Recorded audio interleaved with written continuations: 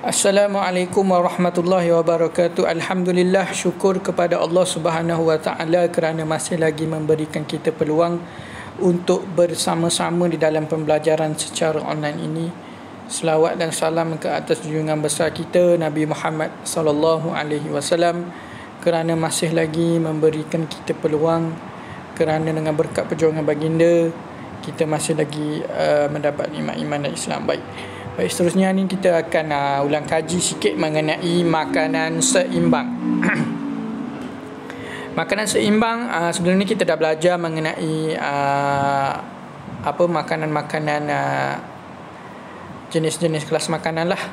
Okey, kepentingan makanan kita dah belajar mengenai protein dan sebagainya. Cuma hari ni kita nak makanan seimbang. Apa yang kita perlu ambil banyak, apa yang perlu kita ambil sikit, apa yang perlu kita ambil berkadar biasa, dan apa yang perlu kita kurangkan. Maknanya kita boleh makan sikit je, tak payah makan banyak. Okey, jadi kita akan belajar mengenai piramid makanan lah. Okey, baik, kita tengok makanan seimbang. Tengok ada gambar ni. Bagaimanakah kita boleh memastikan makanan yang kita makan seimbang? Macam mana kita nak tahu makanan yang kita makan itu seimbang? Baik, dia kata apa? Kita boleh memastikan makanan yang dimakan adalah seimbang dengan mengikut saranan piramid makanan Malaysia. Okey, kita pun ada, Malaysia ada piramid makanan, dan kita tengok kat bawah itu piramid makanan Malaysia. Baik, arah 1 bawah sekali, jangan ambil arah 4, ambil arah 1 yang paling bawah warna hijau. Arah 1 makan secukupnya. Kenapa kena makan secukupnya? Ini kena makan cukup-cukup. Kalau tak cukup, tak ada tenaga lah. Biasanya makanan jenis bertenaga seperti nasi, mi, bijirin, produk bijirin dan ubi-ubian yang kamu paling susah nak makan yang ni lah, kat sekolah tu kan. Jadi yang ni kena kalau boleh kena habiskan lah. Makan secukupnya, bukan makan banyak. Makan secukupnya. Maksudnya makan secukupnya ni macam mana? Kita makan berkadar dengan apa yang kita nak, badan kita boleh. Maksudnya sampai setakat mana boleh lah. Jangan makan sampai kenyang, sampai letih, tak boleh nak belajar pula. Itu tak boleh lah. Okey, baik. Seterusnya aras yang kedua, itu aras 2 makan banyak. Ni pun kena makan banyak lah. Yang ni makan banyak tak apa, sebab dia dalam kaedah buah-buahan dan sayur-sayuran. Yang paling bawah tu kena makan paling banyak. Maksudnya kena setiap masa lah. Kita ada makan pagi, kita ada makan tengah hari, dan kita ada makan malam. Biasanya aras 1 ni, 3 tu kita makan nasi. Okey, aras 2 makan banyak. Maksudnya ni untuk memberikan kita vitamin dan sebagainya. Itu mesti melalui buah-buahan dan sayur-sayuran. Vitamin, mineral dan sebagainya tu, vitamin dan juga khasiat-khasiat tu biasanya daripada buah-buahan dan sayur-sayuran. Jadi macam tu lah kita kena belajar. Macam tu lah kita kena makan, belajar pula. Belajar makan belajar. Jadi kita kena makan. Baik, makanan kedua ni biasanya ramailah yang tak suka, terutamanya sayur. Buah-buahan mungkin suka, tapi sayur kena belajar makan. Okey, baik, yang ketiga, aras 3, iaitu makan sederhana. Yang ni makan sederhana. Jangan ambil terlebih pula sampai tak makan nasi. Kita makan nasi, kita makan lauk. Ni bahasa mudah dia lah. Ambil je lauk saja. Itu boleh menyebabkan bahaya jugalah, tidak elok. Sebab dia dia lebih kepada protein. Ikan, ayam, daging, kacang, susu dan produk tenusu. Okey, ini maksudnya produk-produk yang boleh, produk-produk pula makanan-makanan yang memberi kita banyak protein lah. Untuk pembesaran kita biasanya daripada sini. Untuk pembesaran kita biasanya daripada ikan, daripada ayam dan sebagainya. Makan lauk-lauk kita tu boleh. Itu akan memberikan kita ketumbesaran. Jadi makan dia sederhana. Sebab tu lauk dengan nasi banyak, lauk tak tahu banyak mana. Sebab itu memang cara dia. Tak boleh lauk penuh, nasi sikit. Tak boleh macam tu. Itu tak ikut piramid lah. Tak ikut piramid makanan kita. Baik. Yang keempat, yang ni memang kena makan sedikit. Maksudnya kurangkan makan. Tak boleh tak makan, kena makan juga. Cuma kena kurangkan. Antaranya adalah lemak, minyak, garam dan gula. Ni boleh banyak penyakit lah. Banyak penyakit kalau kita makan lebih ni. Biasanya banyak penyakit datang daripada aras 4 ni. Daripada minyak yang banyak boleh menyebabkan sakit jantung. Garam banyak boleh menyebabkan apa? Darah tinggi. Gula banyak boleh menyebabkan kencing manis. Lemak banyak boleh apa? Gemuk lah. Boleh menyebabkan kita gemuk. Baik. Jadi ini penting baik. Kita tengok yang seterusnya. Ini kita tengok. Mari kita lihat contoh makanan ini. Adakah makanan ini seimbang? Dia tanya, adakah makanan ini seimbang? Dia jawab bawah tu. Makanan seimbang ialah makanan yang mengandungi semua kelas makanan dalam jumlah yang mencukupi. Maksudnya dia ada semua yang ada kat atas tadi piramid tadi tu, dia ada.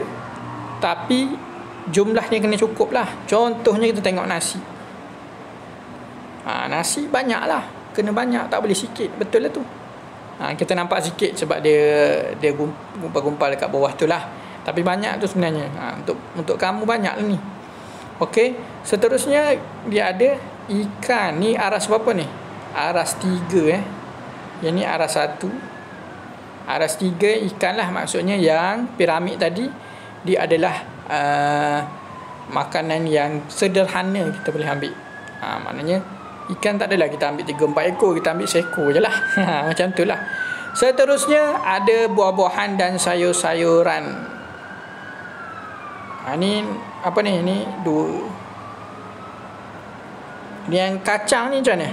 Kacang ni pun sama juga dengan yang 3 Yang ni 2. Kenapa aras 2? Dia adalah dia ada buah dan dia ada sayur-sayuran. Jadi biasanya yang tak suka makan sayur ni lah. Betul tak? Biasanya sayur ni aduh malasnya nak makan. Tapi sebenarnya sayur inilah yang memberikan kita kelebihan, kekuatan. Orang panggil pelawas. Nanti kita nak buang air besar, jenis tak makan sayur memang cepat sembelit. Cepat sembelit. Sembelit ni apa sembelit ni? Sembelit ni susah nak keluar. Najis susah nak keluar. Masa mudah susah nak berak lah. Sakit je macam tersekat-sekat je.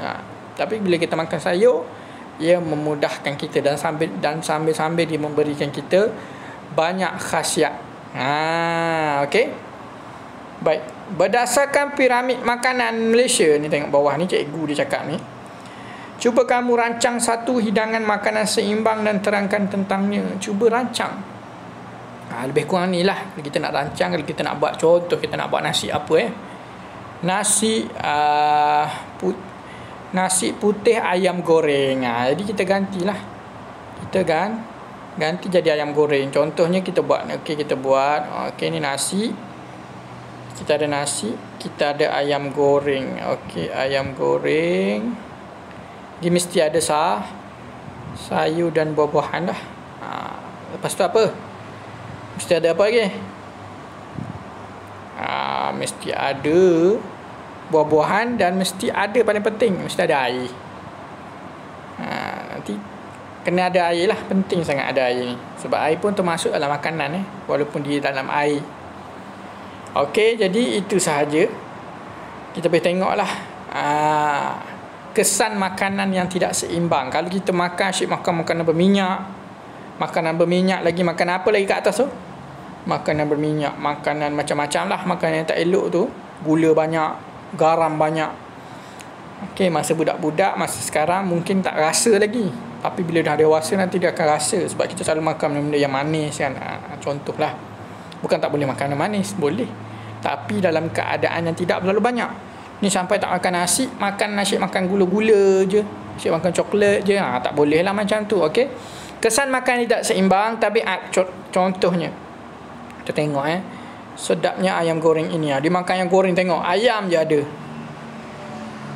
Okey, tengok ayam je ada. Ada nasi tak? Tak ada. Jadi menyebabkan apa? Badan jadi gemuk. Macam Ustaz sebut tadilah, badan jadi gemuk. nak bersukan semua, main bola tak berlarat nak berlari, cepat letih sebab badan gemuk. Baik. Tengok pula manisnya aiskrim ni. Dia makan aiskrim, dia makan apa benda-benda manis tu banyak sangat. Bukan tak boleh makan, boleh, tapi jangan ambil banyak sangat, jangan makan banyak sangat. Apa jadi? Gigi dia hitam legam. Gigi hitam. Sebab apa? Sebab kuman-kuman dekat gigi tu dia suka benda-benda manis ni juga.